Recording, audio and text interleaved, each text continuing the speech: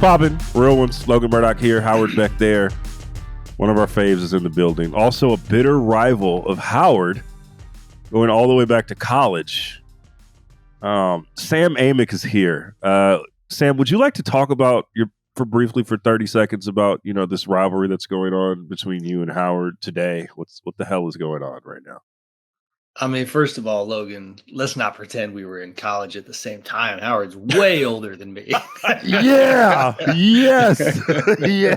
Hell yeah. Yeah. Yes. I mean, I think he was an original Aggie. Like he built the school out there. Yeah. Yes, we are Sac State, UC Davis rivals. The rivalry that 98% of the country knows nothing about. And then as Howard will tell you, Causeway Classic, the rivalry that he claims the Aggies don't care about nearly as much as us Hornets do. They got the best of us in football for most of the history, although not when I was there in the late 90s. But yes, I had to come on with you, Logan, because you're my guy, and I just have to stomach being on here also with an Aggie, but I'll try to make it through. I would just like to note that, Amick came on the call, and everything was all good, and then out of nowhere on the Riverside nameplate that no one else is ever going to see, Howard puts Howard Go Aggies Beck into his name tag for what? Exactly. We were giving Sam shit because his actually says Sam Amick the Athletic, and he's wearing his athletic sweatshirt, so he's like over representing here. And then it occurred to me that I could mess with my name presentation on the platform just for fun. So I got to represent. Go Ags. Okay. All right. Go Ags. Shout out. Stingers up, baby. We're not going to dive in on this. It's not what the pod's about, but the Hornets did hire a men's basketball coach this week. King's great, Mike Bibby. See, Howard, we're trying to follow the Aggie profile. Jim Less, former King, longtime UC Davis men's basketball coach. Apparently they decided to yet again just try to steal from your Aggie greatness and see if it works. Okay, now we're just losing listeners as we speak. So let's talk. All right. Sorry. Get off. Yeah, we got to turn this thing around. Yes. This is crazy. We're going to talk about the Mavericks, the Kings. Kangs? Kings. Kangs? It's Kangs. It's an A and a bunch of Z's. Okay. Amick is notably silent during that exchange, which is hilarious. Talk about I'm not the judge and jury on that one. Maybe get into some MVP talk, and then we have some questions from the mailbag that all three of us are going to answer. But let's start with the Mavericks right now. I feel like bullying whenever we bring up the Mavericks and whenever they're on the docket. But Anthony Davis is back. For what I don't know, and I guess we're going to have a thought exercise today about why he is back in the lineup and what that necessarily means for the Mavericks and their playoff hopes. But they do also have a pick that they could have in the lottery to help improve their roster.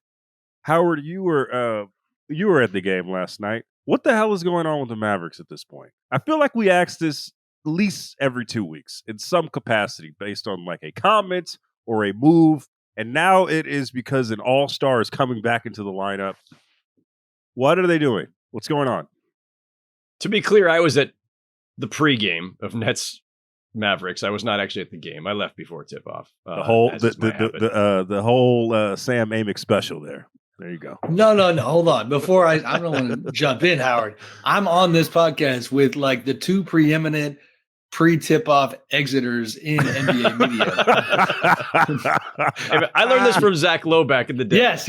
I was going to say Zach for sure, and I have not had the willpower to do it. But I left last night's Kings Celtics game in the third quarter. You'd be proud of me. Okay. So I'm getting there. But yeah, you guys are well known for your pre-tip-off departures.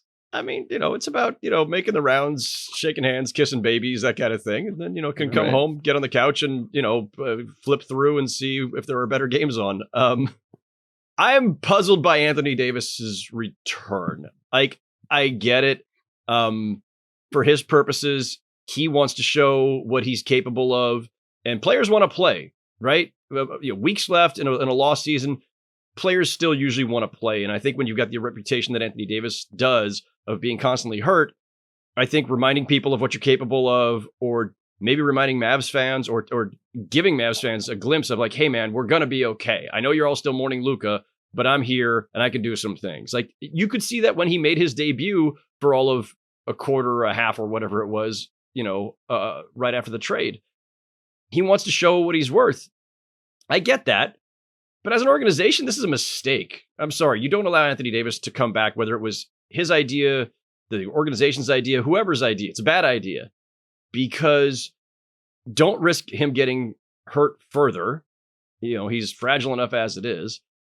Don't risk adding more wins that you don't need right now when you actually should just be going for lottery position. And I know we all hate tanking, but we all also agree that if you're an organization in a position to keep your or to enhance your pick, you do it. So there's no real gain and everything to lose by having Anthony Davis play down the stretch here. So yeah, I don't get it. It made no sense to me.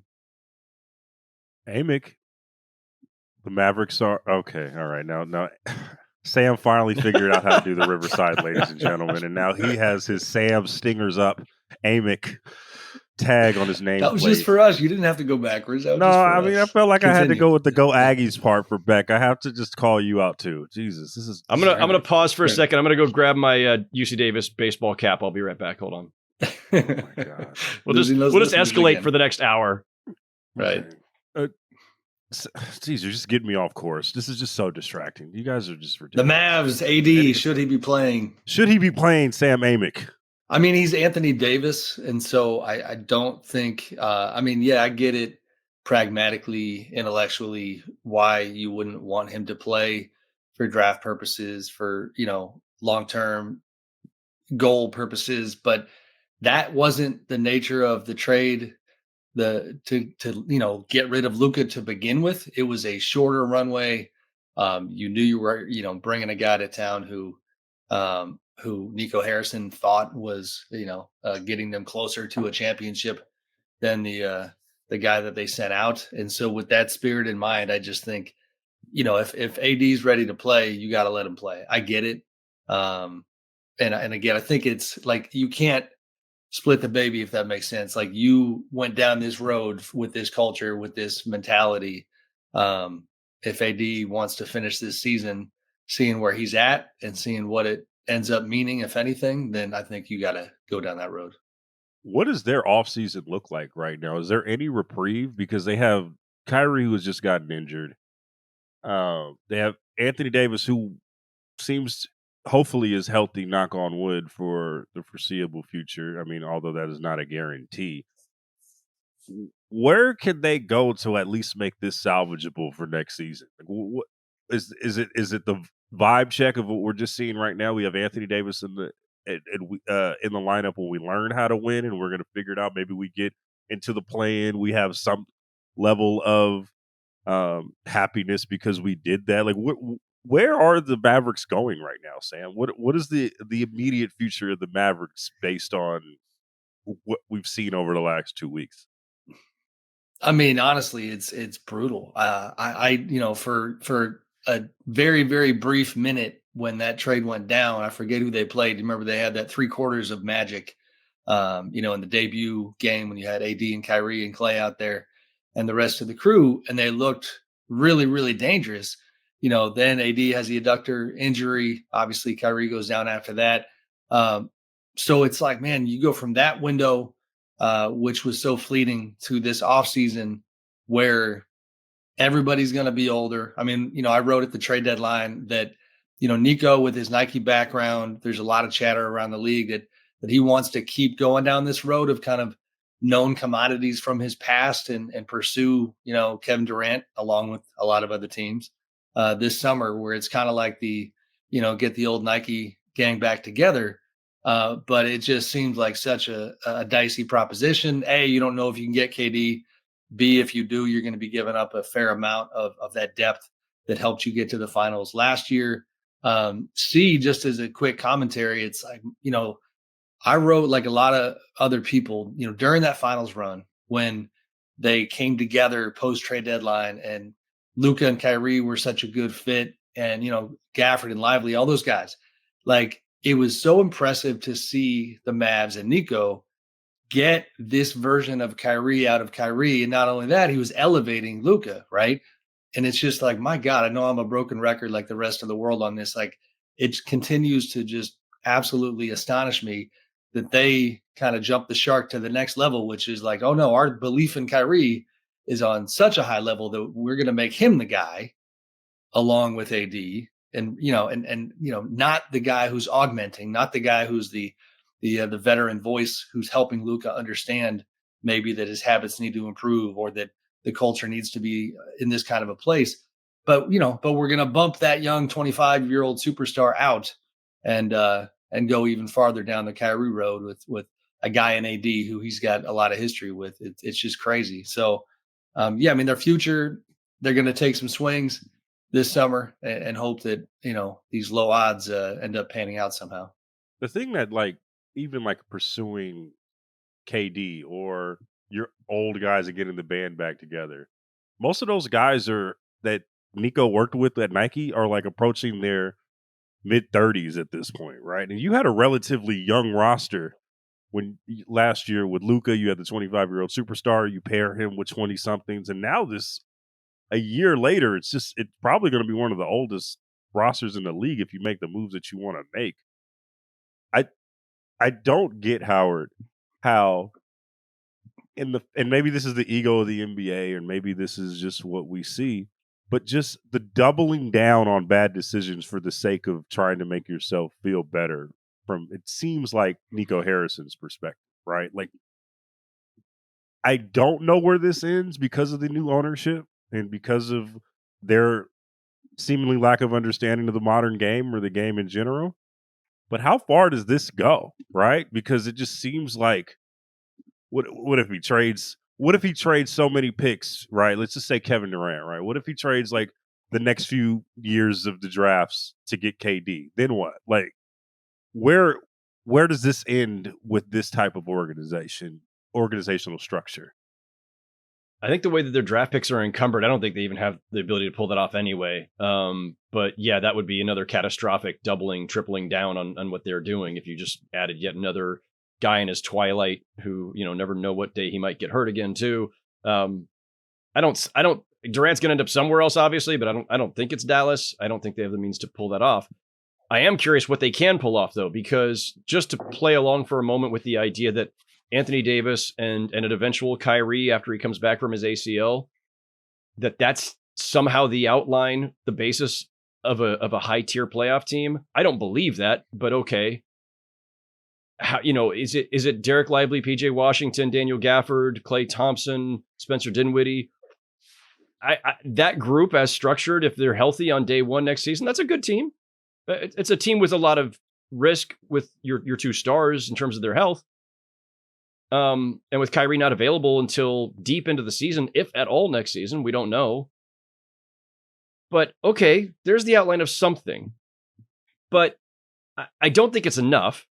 It's not enough to be better than Oklahoma or probably Denver or, who knows next season where the Lakers and Warriors and Grizzlies and Rockets, the rest of them will be. But the Mavericks are fighting an uphill battle because, as we've discussed on this pod before, they decided to base themselves on two stars in their early to mid 30s who both have injury histories, who are both better off as secondary stars, not primary stars.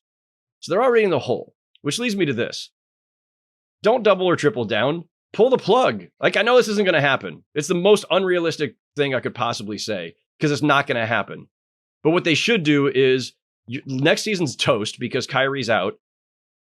AD still has value. Trade AD. See if Klay Thompson wants to go somewhere. Why does Klay want to? Klay went there to go play with Kyrie and Luka, who are going to set him up for all these open shots. Now he's going into next season with who's creating shots for Klay or anybody next season to start the season with Kyrie out for months. This thing's already toast. It's already over. And I know it's not going to happen, but I'd be trading out pieces. I wouldn't be trying to acquire and build it up because there's nothing to build on. I mean, I don't know. It's funny. I see you reference Klay, and I can't imagine just a sadder person this season. Every time I see him, laughing out of sympathy. Yeah, I think you've seen him, Amick, but every time I see Sad Clay is just one of those. It's like the world is on his shoulders, man. I think I saw him during Iguodala's jersey retirement, and you could just see like the grass isn't always greener look as he was on his way to his boat to his Bay Area home. But it was just, you don't like seeing that. But it's going to be interesting to see what they do. They should tear it down. They should do all of these things. But I don't know where this goes. It's going to be very interesting to see where we're at. I think that's all I got, because every time I talk about the Mavericks, it just feels so depressing. So let's just move on to another depressing team. The Kings, right? Kings. How many Z's are on that Kings? Howard. That Sam's the expert on this. I defer to his. I tried to defer to Sam, but Sam's scary right now. Sam is, he got to live out there. Zach's mad at me. I got to live here, man. Why is Zach mad at you now? What you do? Every time, Howard, every time I see this guy, well, one, someone's mad at him. But every time I see this guy, he's just like, man, I don't know why the Kings, I don't know why Zach's mad at me. Like, I love this place. I don't get it. I just don't understand. Okay, you need to stop. Why are they mad at you right now? What's going on? No, I don't mean the team. I mean the city. It is interesting. So, quick background for anybody not familiar with my background. I've been here since '96. Those were the old Sac State days. Been around the Kings since '04, covering the NBA. And it's what's unique about this latest Kings situation is that I feel like in my 20 years of being around them and countless times of reporting stuff about bad decisions that got made or revealing different types of dysfunction, the fan base by and large has appreciated, this is my interpretation of it, like having someone around who is willing to be a bit of a truth teller, so they at least really know what's going on. I think we've reached the point with this fan base, maybe because they enjoyed the Beam team so much and they had a little taste of the playoff drought coming to an end, and now it's kind of going back the other way.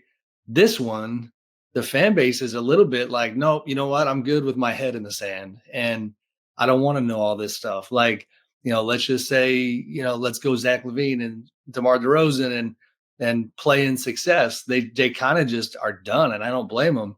But, we obviously, with Anthony Slater a couple of weeks ago, reported at length on kind of the behind the scenes stuff on how they lost De'Aaron Fox and the Mike Brown firing. And we joke about Kangs. I mean, the definition to me of for any organization, like whatever your version of Kangs is just like an interruption of healthy process, meaning when you have, ownership overriding front office, which was the case in the Mike Brown firing, when you have ownership, listening to people outside the organization to solicit feedback and opinions about what you should and shouldn't do with your organization, that type of stuff that is certainly not unique to Sacramento.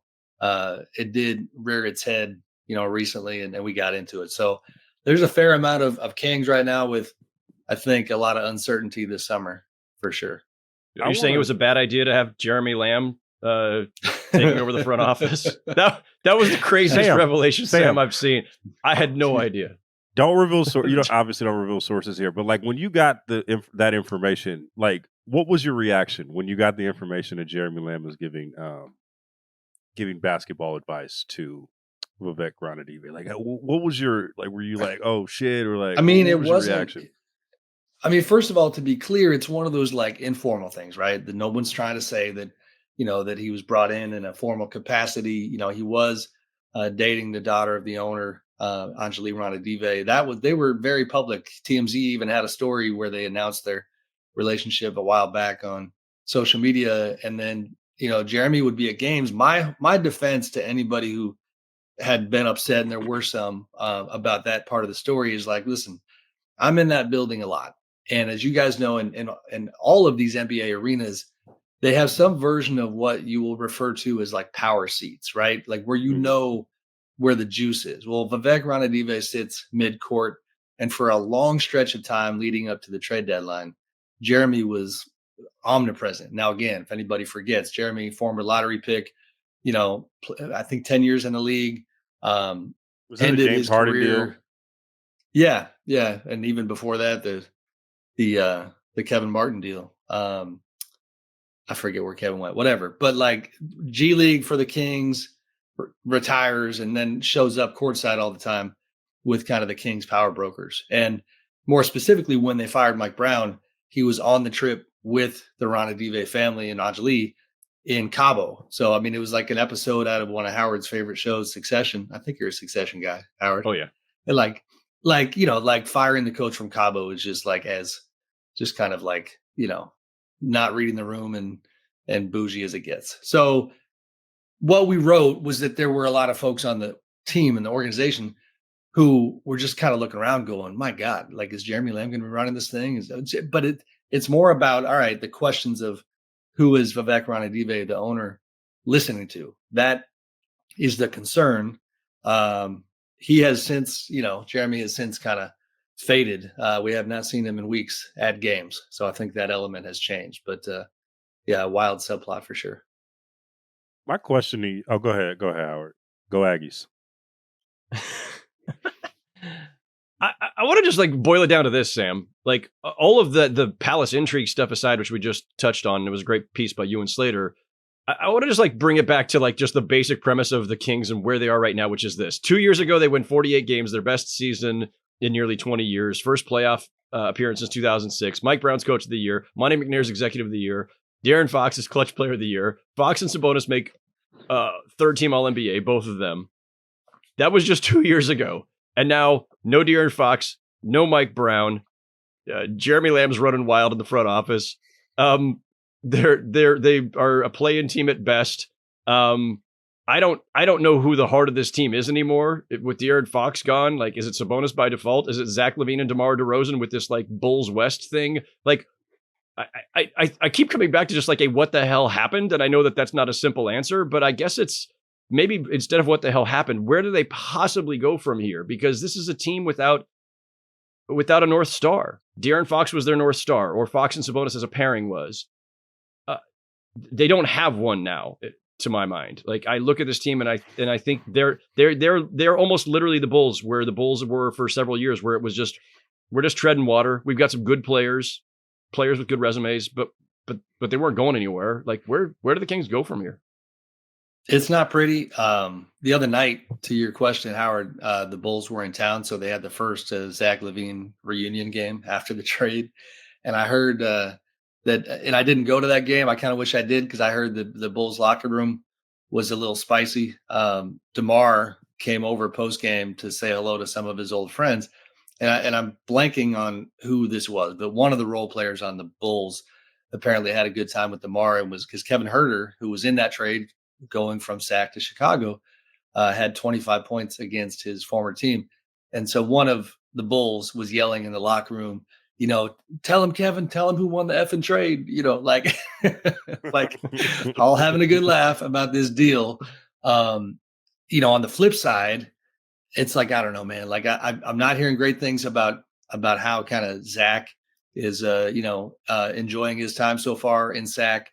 It feels like this mishmash kind of roster with Sabonis in the middle. We also reported that Domas, when he gets to this summer, is going to have a lot of questions for the organization, which, by the way, is like the same sort of coded language that the De'Aaron Fox saga began with. It's the same stuff. And that is 100% accurate in terms of what, where he is at. Questions about process, questions about culture, questions about direction. They have, basketball wise, this like pickup team of Malik Monk and DeRozan, LaVine, and a lot of ISO players with a guy in Sabonis who is, typically flourishing with a system like Mike Brown had, and it was working pretty well the last couple of years. So I don't know where they go. LaVine's got, next year, and then a player option for the following year. Sabonis got 3 years left. They got all this money on the books. The best thing they got in the Fox trade was that 2031 Minnesota pick. I've had it put to me this way, like that's a really strong pick. And it's like, if you combine that with one of these big salaries, who knows what you could get this summer to pivot. So we're going to have to wait and see, but they appear to have gone for this, short-sighted, remain competitive, approach where in trading Fox, you went and got a guy like Levine, rather than putting the Spurs in a corner and saying, no, we're going to get some of your young guys or some of your assets. They didn't get anything from San Antonio. So next thing you know, there's just no clarity about where it's all going. So it seems like the Kings are reputationally what they've always been, right? And it seems like with Vivek, and these moves speak to that to me. Of more than anything, Vivek would like to be relevant in whatever the basketball conscience is, whether it's like being courtside, being around, certain types of people. He likes being the guy in the mix more than anything, right? Like, I don't even think he knows really how to win other than copying what he thinks the Warriors did 10 years ago. That's what it seems to be his philosophy.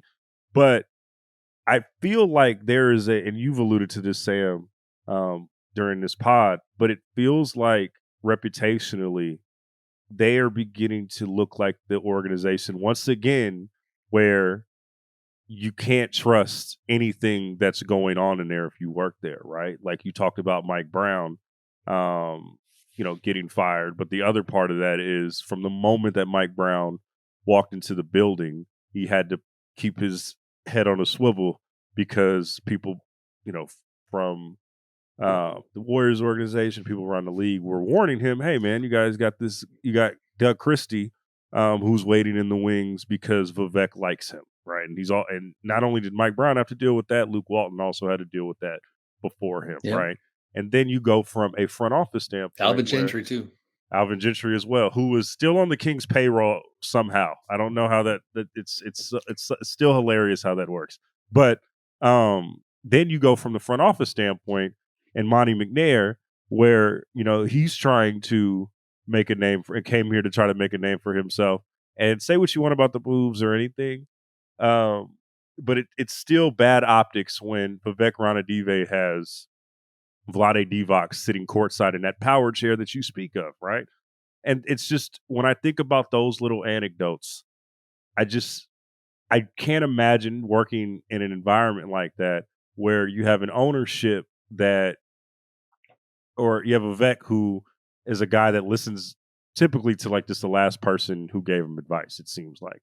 My question to you is a long-winded way of asking you, how do they shake that reputation and how hard will that be, right? Like, what do they have to do to shake that reputation? That there's so much smoke and mirrors in this organization. And it's back to the old days in 2011 when I first started interning over there. It's still back to that type of days, right? I feel like the happiness and the honeymoon period of Vivek getting the team and keeping them in Sacramento is a bit, it seems to be over. So, like, how do they now at least build their reputation up after these last couple of years of semi-postseason relevance? Man, I do not have an answer for that, Logan. Like, they're chasing right now. You know what I mean? Like, the mistakes have compounded themselves, and I think they're chasing the relevancy. They're chasing that little taste they got a couple of years ago. I don't know the answer to that because it's swinging the other direction. And I'm not even trying to be funny here, but we joked about Sac State, Davis, Mike Bibby getting hired, right? Bobby Jackson was in the running for that Sac State job. And I bring that up because it's wild to me that from Doug Christie to Vlade to Mike, and I like all those guys individually, but you continue to have this overemphasis and this kind of adulation of that old Kings team from back in the day that they benefit from. Whereas a guy like Bobby was an assistant coach for years with the Kings. And I had so much respect for the fact that he ultimately decided to kind of get outside the family a little bit and go get more respect in the coaching community elsewhere. He goes to Philly, working with Nick Nurse. I would see him on the road, and it was like, that staff, say what you will of the results, but that staff absolutely grinds, right? And Bobby would talk about, man, late nights all the time. Like, Bobby put the work in. And part of me, when I saw the Sac State news and I'd heard a few things about the process, I'm like, damn, like the guy who put the work in and went elsewhere to get respect, he can't even get the other job in town. Because I guarantee you, he would have loved to have been the Kings head coach like Doug is right now. And I think all of that speaks to your question and like the kind of the holistic question of what do they value and why. And so if you're going to continue, endorsing based on nostalgia and based on relationships that aren't, kind of grounded in merit and results, then it's going to be messy, and new players, the Levines, the DeRozans, the Sabonis's, like these guys who are smart are going to read the room and be like, man, what is this weird little world that we're in now? And how do I get out? I think by and large that's something that they're going to face this summer. Because there is a worst case scenario here, guys, where you see the domino effect of the Fox situation, meaning, okay, all of a sudden, let's go to a guy who should matter more than all the others, who is Keegan Murray, who is a good young player, a two-way player who's shown a lot of promise, who is extension eligible this summer, and who has gone from being a guy on the rise to being a guy who has to kind of fight for shots with, a guy in DeRozan who just passed 25,000 points, a guy in Levine who is a bucket and always wants the ball in his hands. Malik Monk wants that ball. Sabonis, so you see the domino effect, right? Like maybe something doesn't get done with Keegan. Maybe guys ask out this summer. And that's where, to go back to your original question, like, how do they fix it? How do they fix that reputation? I mean, I don't see it right now. I just think it's a matter of tracking some of the fallout. What was the difference during that run for you? What was the difference, Amick, because you were there more than I was, obviously. What was the difference during that 2-year run where they were going to the postseason? Was it just a matter of like Mike Brown got them in shape, got them in the right frame of mind, and it just figured itself out? It was a lot of things coming together, or was there an actual institutional change, even if it was for 2 years? No, to Vivek's credit, he empowered the front office and got out of their way. I mentioned Alvin Gentry in passing. It's worth reminding people, and I'm actually glad, to be honest, that you bring up like the small little window of success, because they got to learn from it and try to replicate it. So Alvin was up for the job, and Doug was up for I'm trying to get the memory back here. When Doug was up for the job post Luke Walton, Monty McNair and Wes Wilcox in the front office, they wanted Alvin to have the job. There was a push internally for Doug to possibly get the job. Well, so when that pressure comes in terms of the decision, well, Alvin ends up getting the job. So the front office was able to do what they wanted to do. That type of stuff is important. That's what was happening in the first year. Mike Brown was empowered to coach the team the way he wanted to. Mike, and I would talk to him routinely all throughout that season, kind of on the record and background. And it was like, man, Vivek's great. Vivek's, been great. You hear all these stories. It's not that bad. It's great. And then it was like they go into last summer, after missing the playoffs, lose to New Orleans in the play-in game. And that's when everything turned, because Mike wanted his extension, which I do think was well-deserved. I mean, my God, you broke the longest playoff drought in the league. Vivek clearly didn't want to give him the extension. Next thing you know, he does begrudgingly hand it over at the same time of like, it seems to be giving some thought to like, how long do I want this guy to be my coach? Like, that's not a great mentality to go into a season with in the summertime. So during that 2 years, with kind of declining, along the way, he let the front office cook and he let the coaches cook. And that's how this should work. You got to trust your people instead of constantly questioning them. I think one of the themes with this organization that continues is there's always someone in the room. Like, it's okay to have dissenting voices, but there's always someone in the room who seems to be kind of quietly, undercutting the people who are trying to do things the right way. Whether it's even people who have a ton of respect. Vivek had Chris Mullin, Joe Dumars, Vlade Divac as advisors during times when, Pete D'Alessandro and other GMs were doing their thing. Anyway, I'm rambling on it, but the process during those 2 years was cleaner, with the owner backing his people. And that's the biggest factor.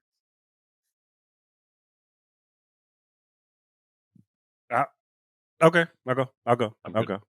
Okay. You're good. I'm good. I'm good. Yeah. I'm just every time I see, whatever I go to Sacramento periodically, and then come down to the Bay a few times a year, and just it's very just disappointing when you see just the amount of potential from that team and what could be. There's a lot of good people in that organization, and also like the fan base. And I always bring AXA for the fan base, Sam, because I think more than most teams, I guess Oklahoma City is in there as well, but they are so entrenched in everything that organization does, and it seems like they're so happy to have a team that they're in denial about other things at times, and they don't want to hear the right stuff and hold the team accountable in the ways that they should. And I think that's a reason why, the Kings get away with a lot of stuff. The Kangs do. So it's just disappointing, man. Hey, let me tell you about one of my favorite bets that FanDuel has right now. They're called player performance doubles.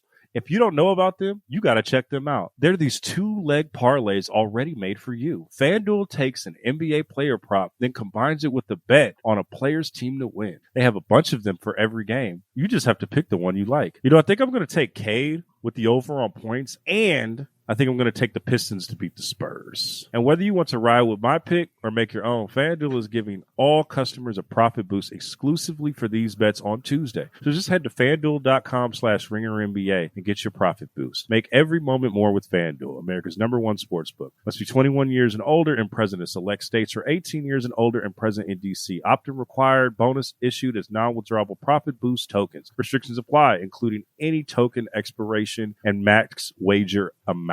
See terms at sportsbook.fanduel.com. Gambling problem? Call 1-800-GAMBLER or visit rg-help.com. Let's talk quick MVP at this point.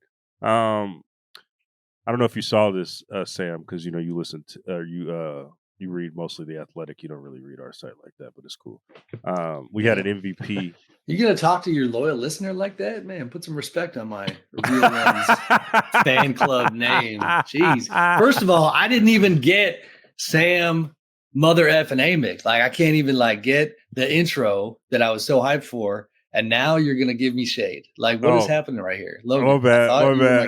My bad. I'm sorry.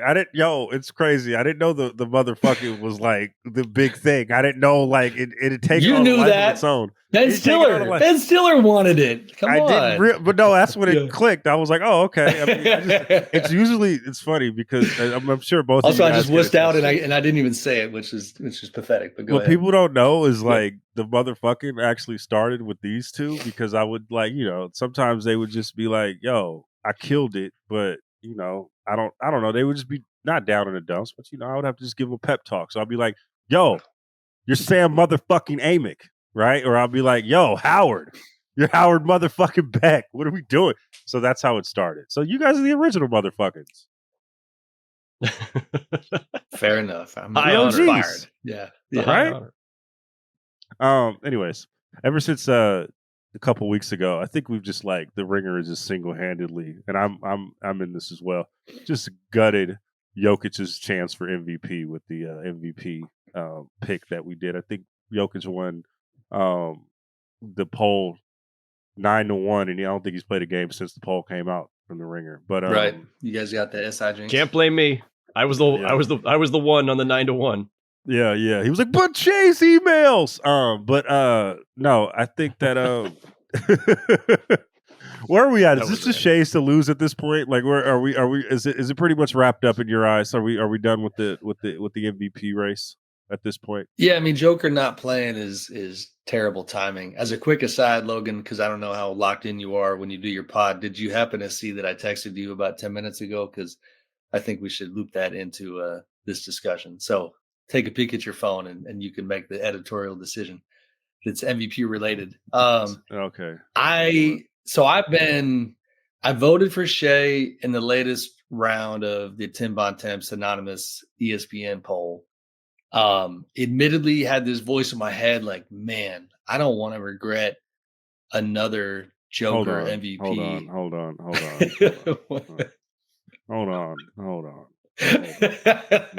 Hang on.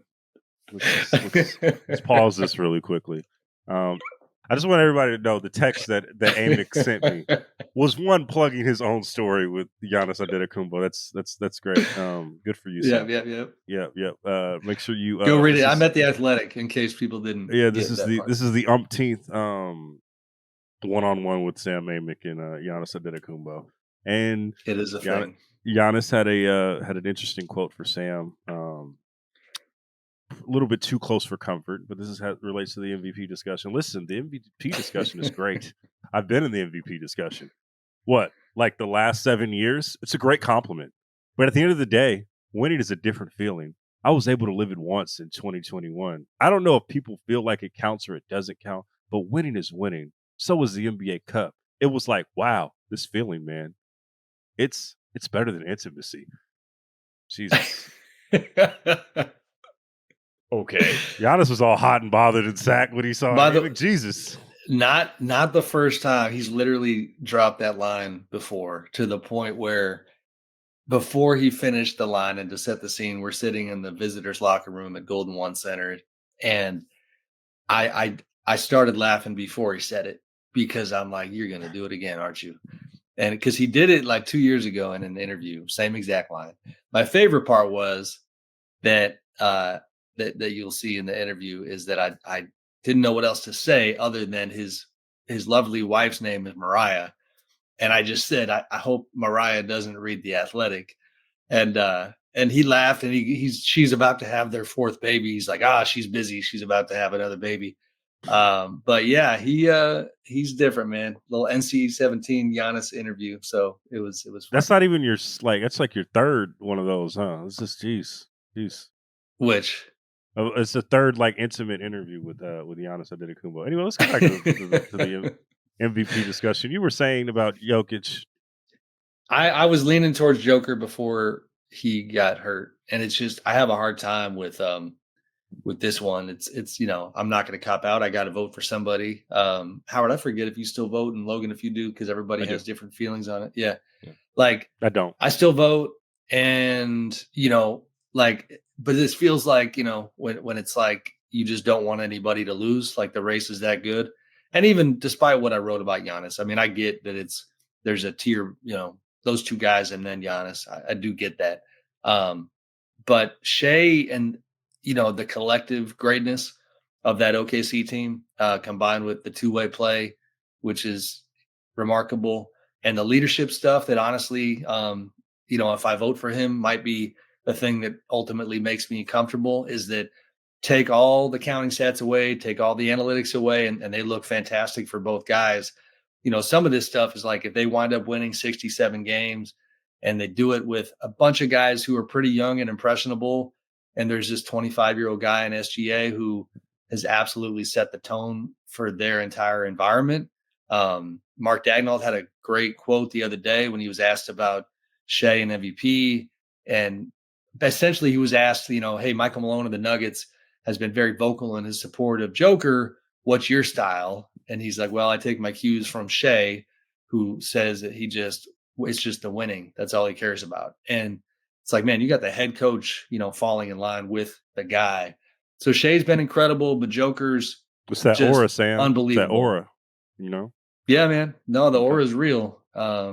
We saw that at the NBA Cup when he got a little taste of like kind of the spotlight that he's going to have again in this postseason. So it's a tough one. Joker's been absurd. But I think the Nuggets falling off a bit like they have is not helping his cause.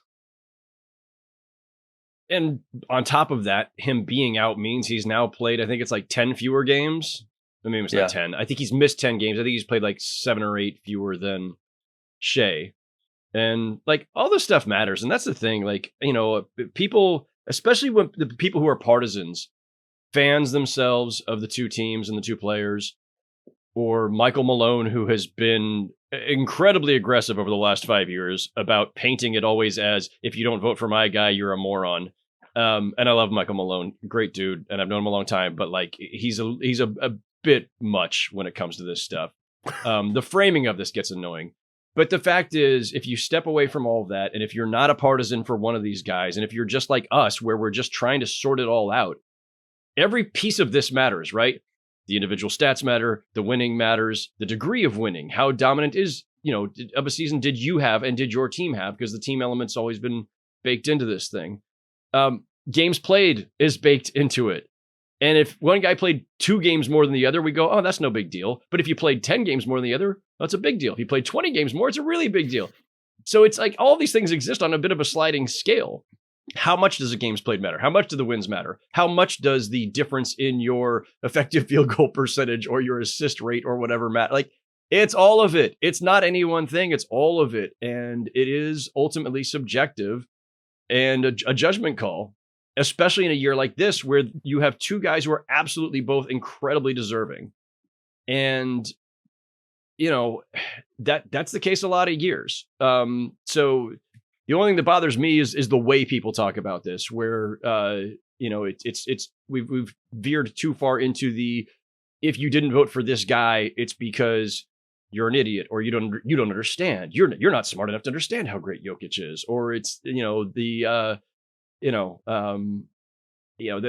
won't get into the voter fatigue rant today, but the voter fatigue thing drives me crazy too, because I don't know a single voter ever who's ever actually said out loud, you know what, I'm just tired of this guy, so I'm voting for like the people who talk about that are almost always the people who don't actually have the votes, don't actually have ballots. It's everybody else who says it. And sometimes it's other media people. But nobody has ever said in 2011, I voted for, this guy over this guy because I was tired of it. No, like, is it conscious? Is it subconscious? Because I've never seen anybody actually say that they've done it this way. It's an assumption. Not even in 2011 with Derrick Rose and LeBron? There was not. No, there was, no, and especially that one. Especially that one. Get in your bag. LeBron had won 2 in a row.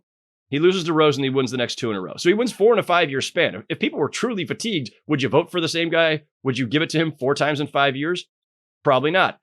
On top of that, the reason the streak was broken, that Derrick Rose beat him, the Bulls had a much better season in the win column. They had I think they won 61 games that year. And there was an incredible backlash against LeBron on 1,000 other counts because he had just made the decision, capital D. So there was a backlash that colored the race as much or more than any notion of fatigue or anything else. He had gone to the Heat. They had not quite achieved to the levels of dominance that I think people expected. And there was a lot of distaste at that time that people have now forgotten about him going to Dwayne Wade's team, teaming up with Dwayne Wade and Chris Bosh. And Derrick Rose was surrounded by Taj Gibson, Joakim Noah, Luol Deng, whatever, they get good players, but not outstanding players. That was how the MVP was decided that year. And I say that, by the way, as somebody who did not vote at that time. Counter argument, though, because you said there was no backlash. However, you did say there was There was backlash, but not fatigue. Those are different things. So the point that someone would make, though, is that like LeBron didn't win it because of things that maybe a reaction that he couldn't control that was outside of the court and outside of his play. Would be an argument that someone would make about that. No, but it's competitive, Logan, in terms of like, that's a competitive criticism that he stacked the deck. Agree or disagree. I think Howard's point is well taken when you compare the fabric of that Bulls team to, what LeBron had. That was the idea, was that we're not going to celebrate his greatness as much as D Rose's because of the support that he has, which, to bring it back to this MVP race, I think is what's going to help Shea a lot, is that this OKC team is winning at that kind of a level. It is almost, to be honest with you, a little bit D Rose-ish. Although I don't, the comp is kind of fascinating because the guys around Shea, they have respect, but they don't have reputations and resumes, even like the guys in Denver, Jamal Murray and Aaron Gordon and those type of guys. I mean, you're talking about Jalen Williams and Chet Holmgren, who can't stay healthy. And, it's Shea and the Misfits, Shea and a bunch of guys that he's bringing up with him. But I think the LeBron thing, there was a competitive element to that feedback and that pushback. Yeah. We'll see what happens. I will say the Bulls won 62 games, by the way, that year. 62 games, and the Heat won 158. So it wasn't a huge difference in wins, but 60, like anything over 60, you had a phenomenal season. And yeah, Derrick Rose got extra credit, I think, for not having superstars around him, and because LeBron was dragged down by all the backlash to the decision. But Sam, you can't respect. You can't say this though. Shea is playing alongside an all-star, and in Jokic, you cannot make that distinction. So, I mean, there's a better team I know, aspect there. You know what I mean? I don't want to he's a disrespect champion. J-Dub. No, I hear you, but he's still coming into public consciousness. He's still proving himself. I mean, he earned it this year, no doubt. And then we know the guy in Denver. I mean, he's just one of the more kind of, enigmatic stars out there. Like Jamal is the best non-all-star, and I wrote this last year, like potentially in the history of the game. He's a guy who just doesn't play consistently, but he's a champion, and we've seen who he is at his best. So it's not that OKC doesn't have anything. It's the fact that I think Shea gets a lot of credit for the way all of those guys are improving quickly, because again, he's the guy at the center of it all. Yeah. I feel like we were just robbed of just a great run down the stretch between these two players. And I do get, Jokic is injured, Jokic is going through things, but I just feel like, and we've talked about this on this program, just, man, that would have been cool to just see them kind of battle it out down the stretch of the season and just see just haymakers, individual performances. That would have been a lot of fun. And I think if that would have happened, I think Jokic would have a bit more votes, just because, like, I made this argument about Jokic in the Ringer piece, which was, I am going to remember this statistical season from Jokic and remember where I was and a lot of the performances that he had forever. Like, I don't know if you could say that necessarily for Shea in this way. I know his stats are really good this season, but just the number of individual performances, like, you're going up against Wilt Chamberlain. Like, that's crazy. I'm going to remember that from Jokic, and it's just a shame that we can't really see them kind of slug it out down the stretch. But anyways, can I add a quick stat to the old MVP discussion, just because it's going to make me sleep better at night if I do vote for Shea? Okay.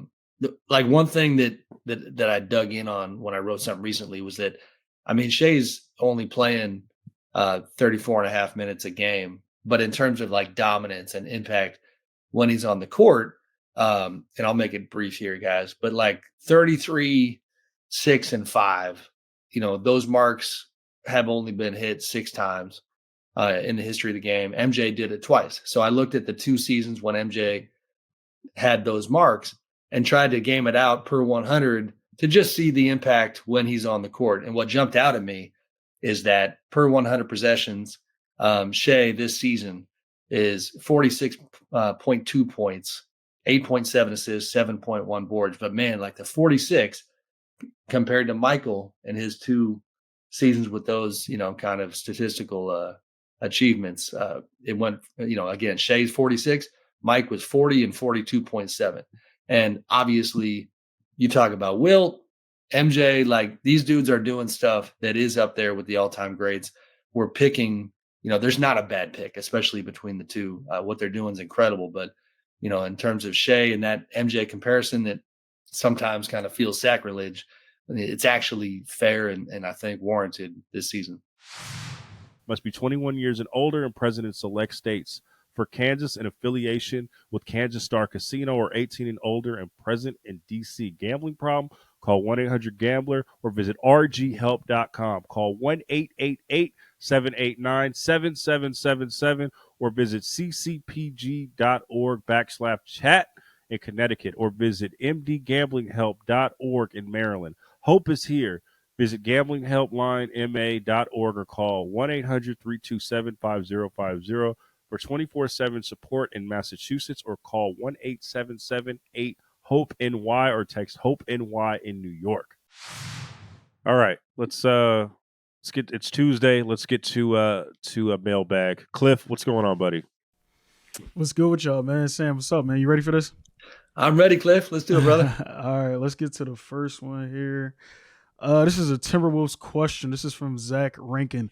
Timberwolves, most important offseason ever. Hi, guys. Not going to open by telling you I like the show. Obviously, I like the show. That's why I'm writing an email to you guys and asking your opinions. That said, I'd love to hear you guys dive a bit on the upcoming T-Wolves season, or offseason, sorry, with new ownership, Tim Connolly's future in flux, multiple player options, Julius Randle, Naz Reid, and a looming Kevin Durant possibility. There are a lot of balls up in the air right now as we head towards what should be Ant's prime. I know this year has been a bit of backlash on Ant with technicals and decrease of frequency for shots at the rim combined with the regression of the team's success. Do you see Anthony Edwards as a top 5 MVP candidate next season? Thanks in advance and hope to hear you guys address this on the pod. Zach Rankin. Zach. I don't know where that came from. That was nuts.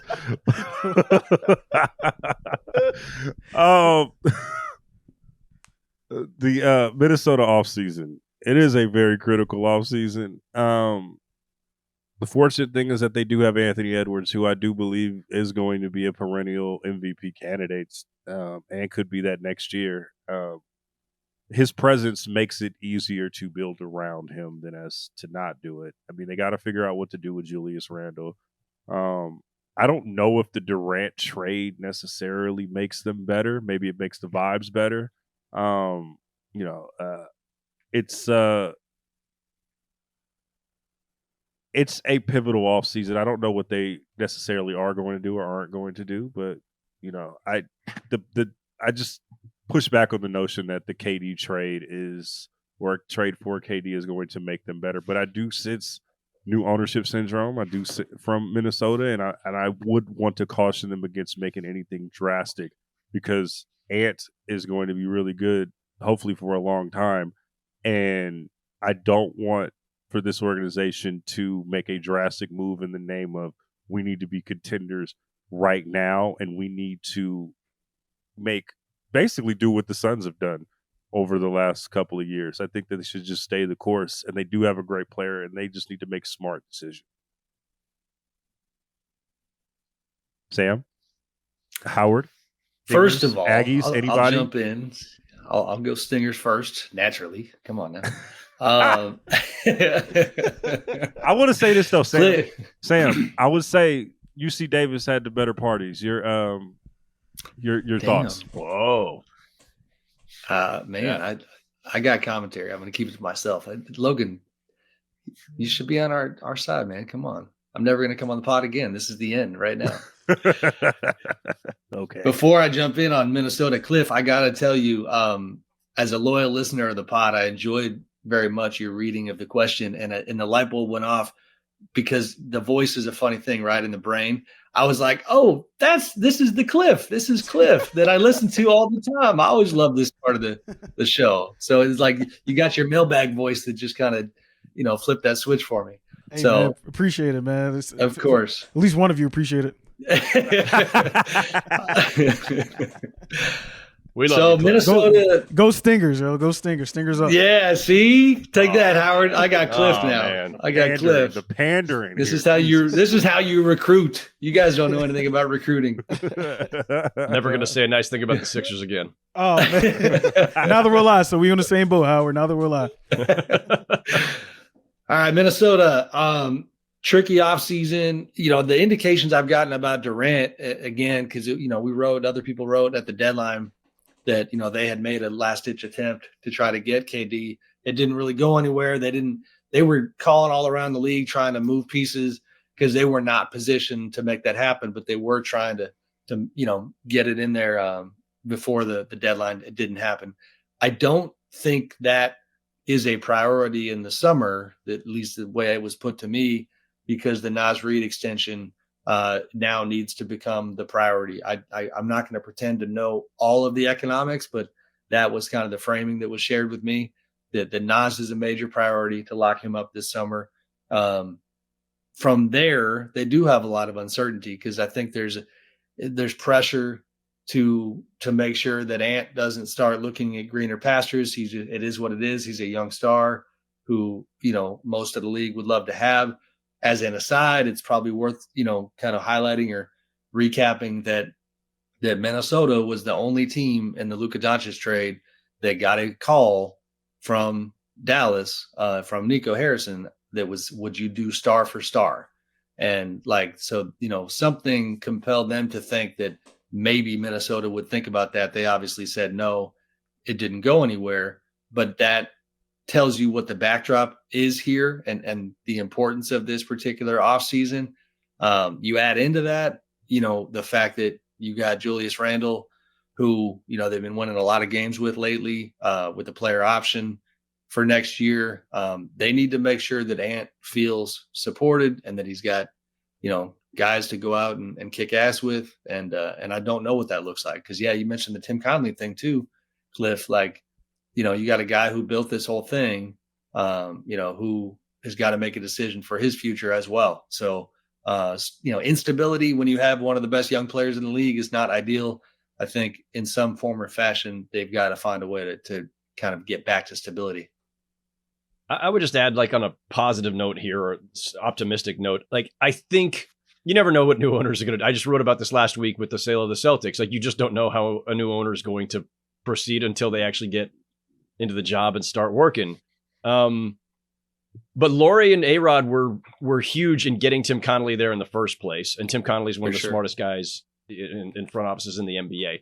So I'm not overly concerned with them turning into the next Matt Ishbia and like making a swing for the fences deal or a bunch of them. And I don't think that they have to do that. I think that they need to keep just, steadily building around Ant. Also, by the way, I don't think they're in wherever Durant ends up being traded this summer. The Suns should be going for draft capital, and the Timberwolves don't really have it because they spend it all to get Gobert. So I think Connolly. These are just like gut feelings. I think Connolly stays. I think Julius Randle gets either traded or signed and traded, depending on how he handles his option. I think they reinvest in Naz Reid. Naz Reid becomes the Julius Randle replacement and effectively the Karl Anthony Towns replacement. I never thought that the Towns for Randle thing meant that Randle was a permanent fixture there. I think that was just we need to match salaries and make a deal. So that those are my just initial gut feelings about them, but I think they'll be fine. Smart front office, Gobert's season has been a little wonky and that's a concern, but they've got great talent. They got a great front office. They got a great coach. It's going to be challenging to keep improving the roster, but I think they're going to be fine. Good stuff, y'all. Let's get to this next question. This is from Kevin Grundy. Hello, Logan, Raj, Howard, mf'in, Beck, and Cliff. Also, Sam, this is obviously welcome to you as well. Greetings from San Francisco. It was great catching you guys live. Now that it has been a decent amount of time since the Luka trade and it doesn't seem like things can get any worse, I think it's time we analyze a different trade that doesn't get enough scrutiny. Given how things are playing out this year, the SGA PG-13 trade looks even worse. SGA is on the brink of winning MVP, and one of the picks the Thunder got in exchange for PG-13 is Jalen Williams, who looks like an all-star candidate for next season. Meanwhile, the Clippers don't have PG. Maybe this is a good thing, who is now on the Sixers and out for the rest of the season. Although when each trade happened, sorry, I heard to read that.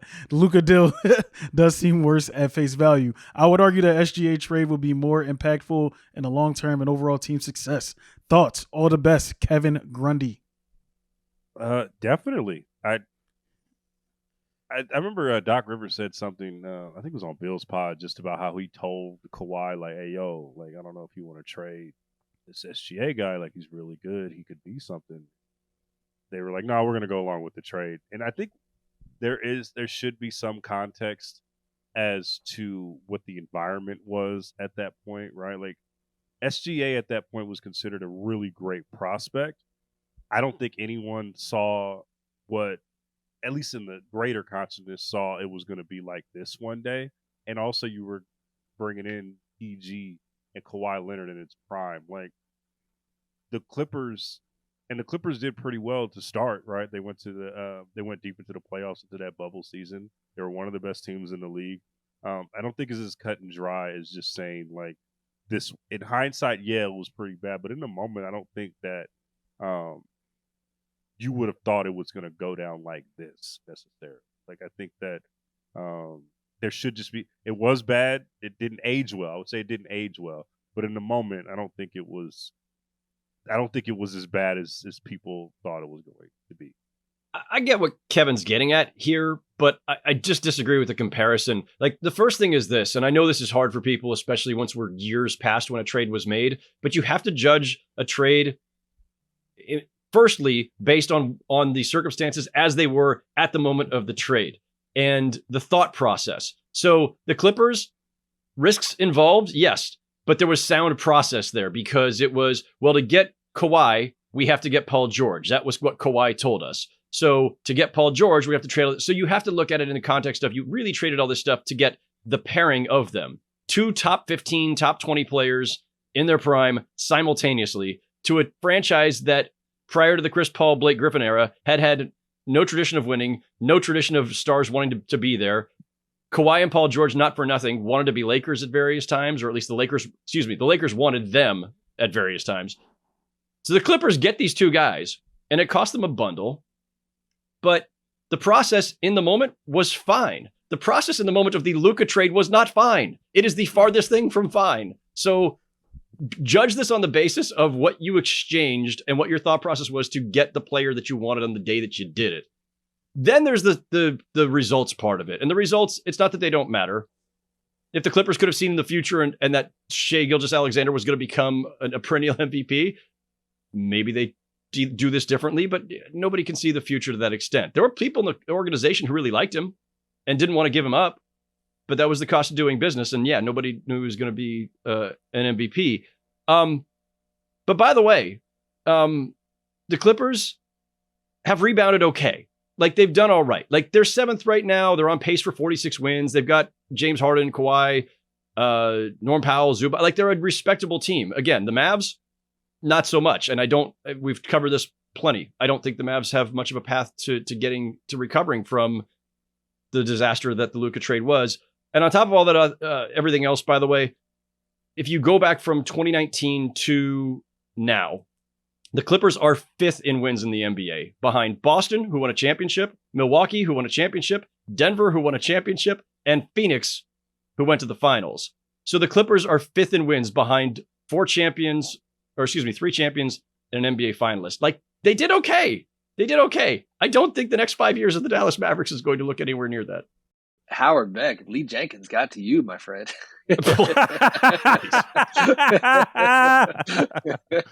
Ooh.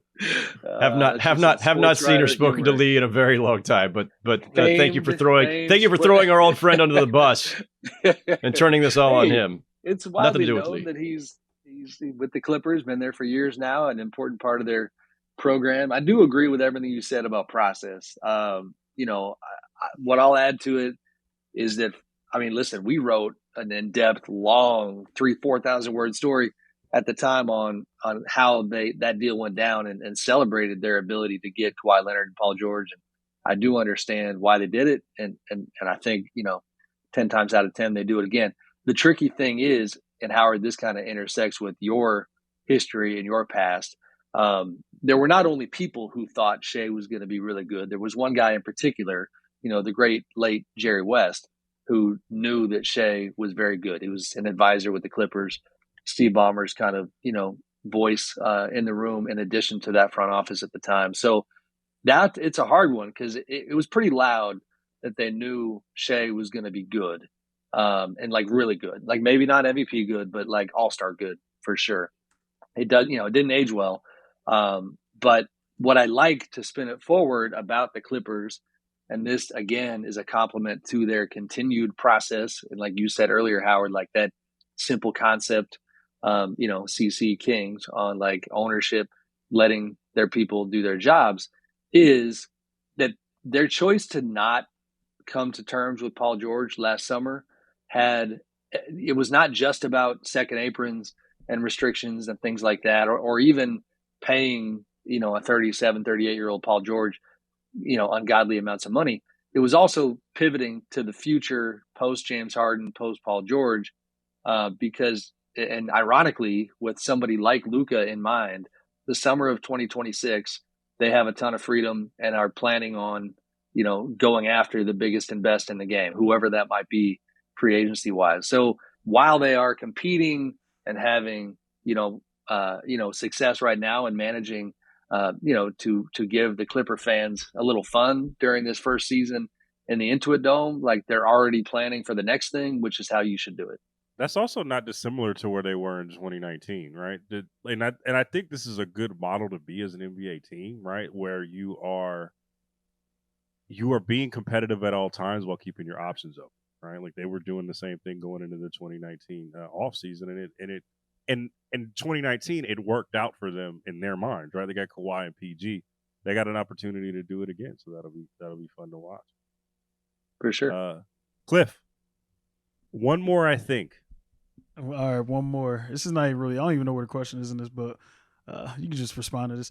Joshua Boras. Hey guys, first time. Long time. Seems like every week you guys talk about the Sixers and how fucked up their situation is. Roger reminds us how good Embiid is when he's healthy. Cliff sighs. Logan gets Beck to talk about how bad they've been to get their picks. We know. Is this a bit by Logan? Is Cliff a glutton for punishment? Or did he steal on you and this is your way to get him back? Celtics second in the East. Bill Simmons produced Celtic City, but somehow we get more Sixers real ones. What the fuck? JB from DC. Wait, we got somebody from DC. He must be a Sixers fan. It must be a transplant, bro. We got somebody from DC caping for the Sixers and caping for Cliff. You got love in DC, Cliff? You got love in DC? I got a lot of love what the Celtic City doc or Bill has to do with any of this, but okay. Non sequitur. You know what that is? That's a longtime listener of Real Ones and Ringer content as a whole right there. Also, Howard, didn't you do a pod on that whole thing? Michael Pete and I did an entire 1 hour pod on Celtic City on this very Ringer NBA feed. So go look that up. We've spent plenty of time on that. We have also spent plenty of time tweaking, depressing, and mocking Cliff for the state of his Sixers. Yes, that is true. And noting how the Celtics will probably win the championship again, right? I don't think that's been missed here. Yeah. I understand. I don't even know how to respond to that. Cliff is not stolen on me. I know that is the Philly way. Just like cheesesteaks and oversized beards, but he is not. We are very much friends. That's my dog. Logan's my guy. You know what it is. Capture the flag, man. What the fuck, bro? Let's do one more. Man. Let's do an actual question. I don't even know what that is. All right, this is going to be, this is from a Thunder fan. Let me see here. Oh. He has a little gripe.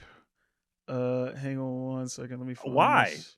But why? Well, you listen up. So Christopher, I think his name is Bruffet. Chris. So long time, first time. Really appreciate you guys for a great show. Let's get to business. I'm an OKC fan, hometown team. I am old, so I've been with them since the beginning. I have never seen such vitriol for relatively little cause from NBA fans about a team. It's actually insane to me. I get not liking a small market. I get not liking Oklahoma fans of Texas teams especially. That's all normal and fine. I even understand not liking certain players.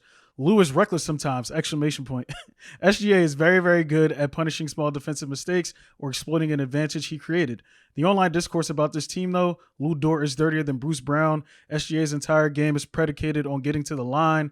The refs constantly favor the Thunder, all easily disproved by looking at season-long stats or simply watching the game with even a little good faith. Guys, am I crazy in being a complete homer here to think it is way too overboard? There's no homers in OKC, guys, right? I don't believe that. No. They're typically rational out there, and I just want to say, I can't speak for the panel. I think we love this OKC team. I don't think there's I think that's a symptom of the OKC fans like reading all the bad comments about them and just like putting a narrative out there. Online. I don't know where they are online. I'm not. I don't know. They do say Shea's a foul merchant though. Like, for sure. I do see that. That's the only thing I really hear though. And like, there's some legit criticism in there. It doesn't mean he's not MVP or is not worthy of the praise or award or whatever else. OKC which is how it's being swaggiest team of all time of the last like 20 years, and they're really good, and they have an MVP candidate. Dog, like this is This is the problem is Texas. Bro. Yeah, that's got to be a Texas thing or something. Cause I never heard that about Lou Dort either. Like, I've only heard good things about him. Yeah, so. Too much defense in the NBA. That's what we always say. Yeah, exactly. Everybody thinks their team is the one that gets picked on the most, especially the small markets. Everybody's got a chip on their shoulder. Everybody gets all provincial and defensive about their guys. Like, settle down. The Thunder have gotten almost nothing but praise all season, I think, and so has Shea. So are these OKC fans or Warrior fans? Jesus, I'm sorry. Did I say that out loud? I apologize. My bad. Oops. Did I say that? But to the point, every fan base feels like they're under siege or their team has been unfairly criticized. It's just, it's where we are. Do you feel like your team is unfairly criticized, Cliff, or is it right on the line? Nah, they've been fairly criticized. Okay. Look at a rational Philly fan. That's awesome. Yeah, I mean, the thing is like the Sixers don't have the greatest reputation here, just based upon how the franchise carries themselves and the ownership and some of the weird things that they try to pull off, especially with the whole arena debacle, trying to disrupt a certain part of the city, and then just reneging on that because the owner ended up buying the Commanders, and now that's where his focus is at. And you got the whole Embiid situation, not going to practice and being hurt all the time. Went to the Olympics, came back hurt. Paul George, I mean, podcasting, not podcasting. We don't know what's up with him. Like the Sixers they just don't win the PR battle ever. Like they've done a million different things to just not look good in the light. But I mean, people still show up to games. Like I said, I'll be at games and it's back to the brim. Yeah. Everybody be there. So there's loyalty there somewhere. I just want to say for the listener that said that we'd be on Cliff's head, you just saw that Cliff is in agreement with most. Just want to say, just want to say that. Sam motherfucking Stingers up. Amick, thanks so much for pulling up to the podcast. We'll have you on at some point soon. We got to bring you on every so often. And that's been the show. Also, realonesmailbag@gmail.com, realonesmailbag@gmail.com, realonesmailbag@gmail.com. Every Tuesday, you know how we do it. You know the motherfucking vibes. Howard motherfucking Go Aggies Beck, Sam Amick, Cliff, Victoria. We will see you guys Friday. All the shits. Bye.